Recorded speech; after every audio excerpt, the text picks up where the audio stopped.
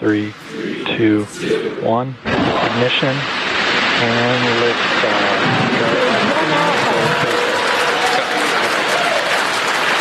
With three nations, a new chapter in space takes flight.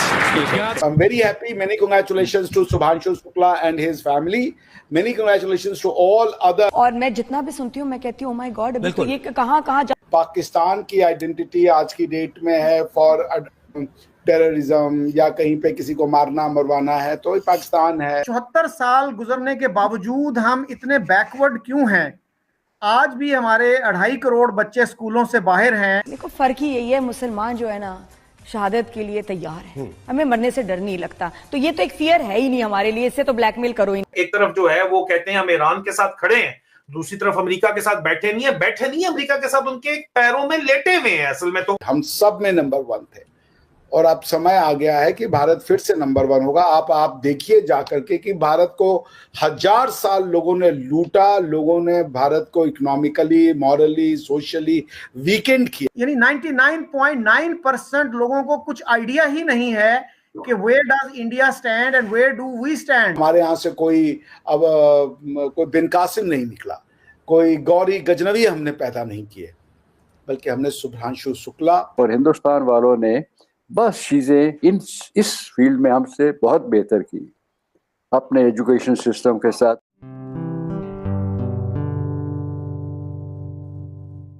नमस्ते दोस्तों, जय हिंद। निक news burner की रिएक्शन वीडियो में आप सभी का स्वागत है।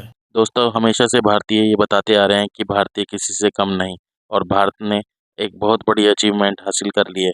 दरअसल दोस्तों बात यह है कि दोस्तों सुभांशु शुक्ला ने धरती से अंतरिक्ष तक अपने 3 और दोस्तों के साथ सफ़र किया। और दोस्तों इस सफ़र में उन्हें जो अनुभूति हुई, उन्होंने अपने स्पेसक्राफ्ट से इस बात को अपने पहले मैसेज के साथ कहा कि उन्हें ये बहुत ही बड़ा अनुभव है, बहुत ही उन्हें अच्छा लगा।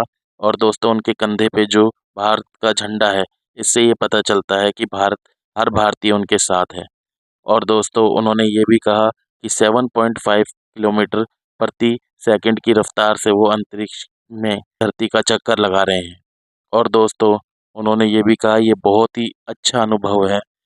और दोस्तों उन्होंने कहा कि अब 41 साल बाद फिर से वो स्पेस में है। जिस स्पेस में दुनिया के बड़े बड़े देश जाते थे, आज भारत का बेटा तिरंगा लिए उस स्पेस में घूम रहा है। पहला ऐसा मौका जब एक इंटरनेशनल स्पेस स्टेशन जो कि कई देश मिलकर के उसको चलाते हैं, जैसे आपको पता होगा, तो उसमें ये पहले आने वाले हैं।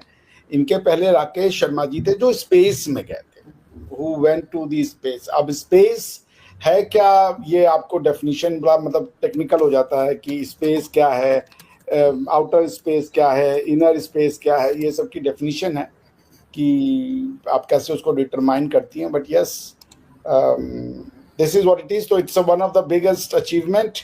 और इसलिए अचीवमेंट है क्योंकि देखिए वो बहुत 3 या 4 कंट्री के ही लोग गए हैं उसमें, और भारत उसमें एक है। तो भारत की जो आइडेंटिटी है वो एक जो नया वर्ल्ड ऑर्डर है, जो टेक्नोलॉजी ड्रिवन है, जो साइंस ड्रिवन है, जो नॉलेज ड्रिवन है, भारत ने उसमें अपनी पैठ बना ली है। भारत उसका एक इम्पोर्टेंट प्लेयर के रूप में निकल के आया है। बात आपको ध्यान रखनी पड़ेगी। जैसे पाकिस्तान की आइडेंटिटी आज की डेट में है फॉर टेररिज्म या कहीं पे किसी को मारना मरवाना है तो पाकिस्तान है, उसके बाद रेडिकल इस्लाम है तो उसका मतलब पाकिस्तान है। लेकिन जब AI है, आर्टिफिशियल इंटेलिजेंस, जब कहीं पे टेक्नोलॉजी है, साइंस है, स्पेस एक्सप्लोरेशन है, वो सब का जब बात आएगा then it's always India. And I am happy कि सर ऐसा नहीं है कि पाकिस्तान में साइंस सर मैं आपको रोकूंगी बिल्कुल सर।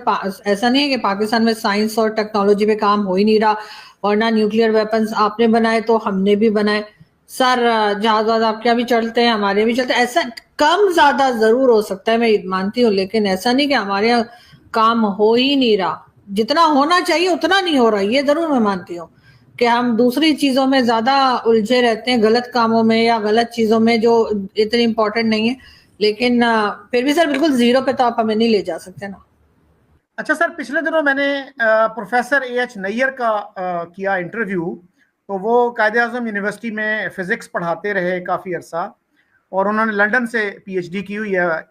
उनसे मैंने पूछा कि साइंस में इंडिया को आप कितने नंबर देंगे 100 में से, और पाकिस्तान को कितने देंगे? तो उन्होंने कहा जी इंडिया को 80 नंबर और पाकिस्तान को 10 नंबर। तो इतना बड़ा गैप है, और हमारे यानी 99.9% लोगों को कुछ आइडिया ही नहीं है कि where does India stand and where do we stand. तो ये जो एहसास है, जो हमें एहसास भी नहीं है, तो ये तो बहुत तशवीशनाक बात नहीं है। वो कहते हैं जी कि असल जहालत ये नहीं होती कि आपको कोई चीज आती नहीं, असल जहालत ये है कि आपको ये भी पता नहीं कि आपको कौन सी चीज नहीं आती। तो हमारा मीडिया, हमारे जो थिंकिंग सेक्शंस हैं, हमारा एकेडमिया, यूनिवर्सिटियां और मीडिया क्या रोल अदा कर रहे हैं इस सिलसिले में? हिंदुस्तान वालों ने बस चीजें इस फील्ड में हमसे बहुत बेहतर की।